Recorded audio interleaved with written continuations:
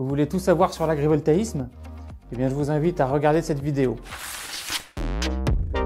Bonjour, je suis Nicolas Levillain, rédacteur en chef des hors-séries d'Entraide Média. Aujourd'hui, le monde agricole se pose beaucoup de questions sur l'agrivoltaïsme. Parmi ces questions, certaines portent sur la réglementation. Qu'est-ce qui est important à savoir sur le cadre législatif et réglementaire de l'agrivoltaïsme? D'abord, c'est la loi pour l'accélération des énergies renouvelables qui a défini l'agrivoltaïsme le 10 mars 2023. Ensuite, il y a eu un décret et un arrêté en 2024 qui ont précisé certains points. Ce qui est important, ça se résume en 6 piliers. Sachez que si l'un des 6 piliers n'est pas respecté, ça met en question le projet dans sa conception, voire même une fois mis en place. Si l'un des piliers n'est pas respecté, le projet peut être remis en cause, voire même démantelé.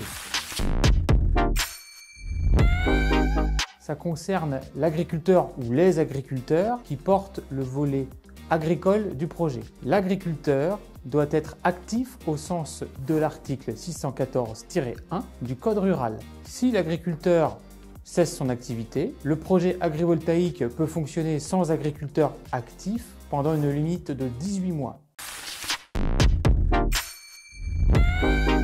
Alors ce service, ça peut être par exemple l'amélioration de la qualité agronomique du terrain sur lequel se trouve le projet. Ça peut aussi être aider la production agricole à s'adapter au changement climatique en limitant les stress hydriques, thermiques et radiatifs. Le projet agrivoltaïque peut aussi protéger une culture contre des aléas comme la grêle ou le gel par exemple. Un autre service que peut rendre un projet agrivoltaïque, c'est augmenter le bien-être animal grâce à l'ombrage généré par la structure. Si le projet rend au moins l'un de ces 4 services sans dégrader l'un des autres, il satisfera ce deuxième pilier.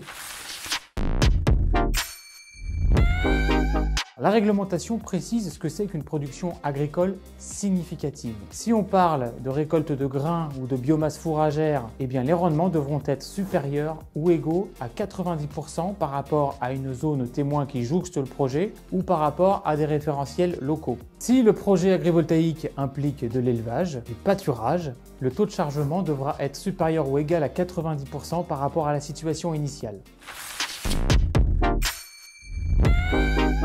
Pour cela, le cadre réglementaire se base sur l'excédent brut d'exploitation issu des productions strictement agricoles. La réglementation et le service instructeur comparent l'EBE avant la mise en service du projet et l'EBE après la mise en service du projet. En l'occurrence, lors de la conception du projet, on simule cet excédent brut d'exploitation. L'EBE après la mise en service du projet devra toujours être au moins égal à l'EBE avant la mise en service.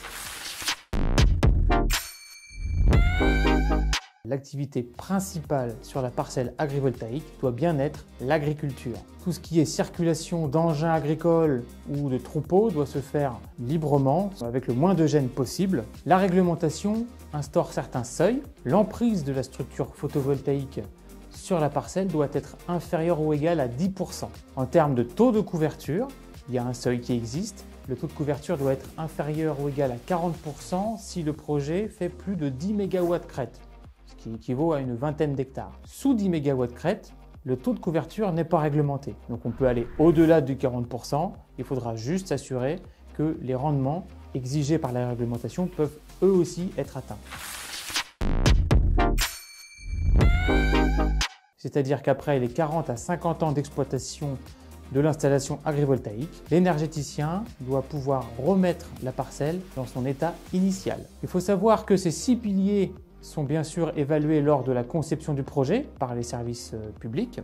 Ils sont aussi contrôlés régulièrement tous les 1 à 3 ans suivant la nature du projet jusqu'à la dernière année d'exploitation.